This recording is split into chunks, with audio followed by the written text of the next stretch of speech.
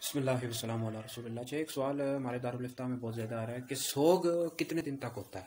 تو اس حوالے سے جی بخاری کی حدیث ہے، بخاری میں بھی حدیث موجود ہے، مسلم میں موجود ہے، اور دیگر جو حدیث مبارکہ کتاب ہیں ان میں بھی حدیث مبارکہ موجود ہے۔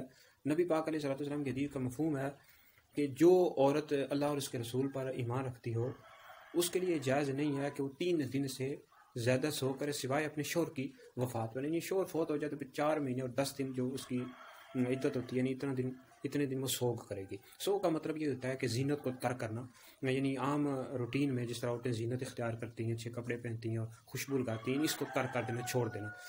تو بہرحال شوہر کے علاوہ اگر کوئی فوت ہو جائے تو پھر سوگ جو ہے نا 3 دن تک ہی ہے، یعنی 3 دن میں سوگ کر سکتے ہیں، آپ کر سکتے ہیں، اور لوگ پھر تعزیت کے لیے آتے ہیں، دعا کے لیے آتے ہیں۔ آپ گاؤں دیہاتوں میں یا کئی جگہوں پر ایسا ہوتا ہے کہ یعنی کوئی فوت ہو جائے تو 40 دن تک وہ بیٹھے رہتے ہیں، تو پھر اس طرح بیچارے جو لوگ ہوتے ہیں جن کے گھر فوتگی ہو جاتی ہے وہ بھی مقروض ہو جاتے ہیں، ان پر قرضہ چڑھ جاتا ہے، تو 3 دن تک سوگ ہے۔ ہاں، شوہر جس عورت کا شوہر فوت ہو جائے اس کے لیے تو 4 مہینے اور 10 دن ہے، باقی 3 دن تک ہی سوگ ہے۔